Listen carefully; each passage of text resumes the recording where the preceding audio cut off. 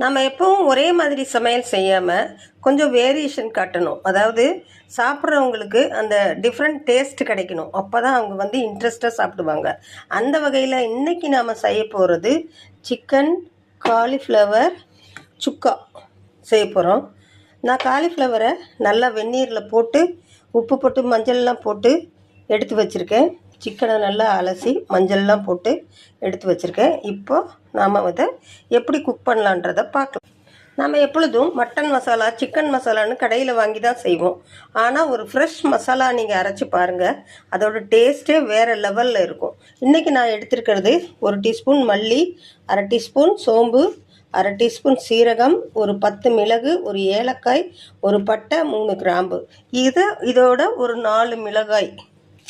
இப்போ இதை நாம் நல்லா வறுத்து எடுத்துக்கலாம். மசாலா கரிஞ்சி போகாமல் ஸ்லோ ஃபயரில் வச்சு இதை நம்ம இப்போ வறுத்தாச்சு. இதை வேறு ஒரு பாத்திரத்துக்கு மாற்றிக்கலாம்.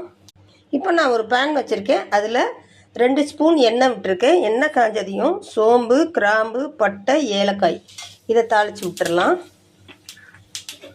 இப்போ சோம்பு நல்லா பொரிஞ்சு வருது. இப்போ பார்த்திங்கன்னா நான் கட் பண்ணி வச்சுருக்கேன் 10 சின்ன வெங்காயம். சின்ன வெங்காயம் போட்டிங்கன்னா தான் ரொம்ப ரொம்ப டேஸ்ட்டாக இருக்கும். நோய் எதிர்ப்பு சக்தியும் தரக்கூடியது நமக்கு சின்ன வெங்காயம் தான். இது லேசாக வதங்கினா போதும். அது கூட நாம் தக்காளியை சேர்த்துருவோம்.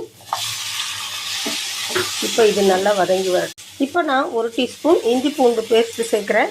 இந்த டிஷ்ஷுக்கு தேவையான சால்ட்டு சேர்த்துக்கிறேன். அது கூடவே நான் எடுத்து வச்சுருக்க 100 கிராம் சிக்கன் இதில் சேர்த்துறேன்.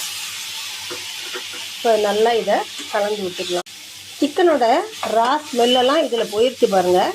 இப்போ இதுக்கு தேவையான அளவுக்கு தண்ணி சேர்த்துக்கலாம்.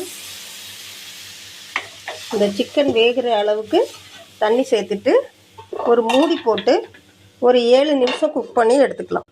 சிக்கன் வேகும்போதே நம்ம இந்த மசாலாவை அரைச்சி எடுத்துகிட்டு வந்தோம். டிஷ்ஷுக்கு தேவையான கருவேப்பிலை சேர்த்துட்டு இந்த மசாலாவை சேர்த்துருவோம். அரைச்ச மசாலாவை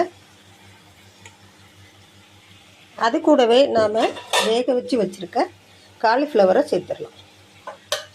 இப்போ இதை நல்லா கலந்து விட்டுட்டு இந்த தண்ணியெல்லாம் சுண்டின பிறகு இறக்குனீங்கன்னா சூப்பரான காலிஃப்ளவர் சிக்கன் சுக்கா ரெடி ஆகிடும்.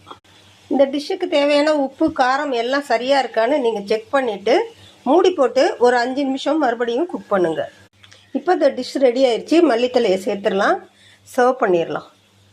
இந்த வீடியோ உங்களுக்கு பிடிச்சிருச்சுன்னா லைக் பண்ணுங்கள். ஃப்ரெண்ட்ஸ் அண்ட் ஃபேமிலிக்கு ஷேர் பண்ணி கமெண்ட் பண்ணி சப்ஸ்கிரைப் பண்ணுங்கள். மீண்டும் ஒரு நல்ல வீடியோவில் நாம் சந்திப்போம்.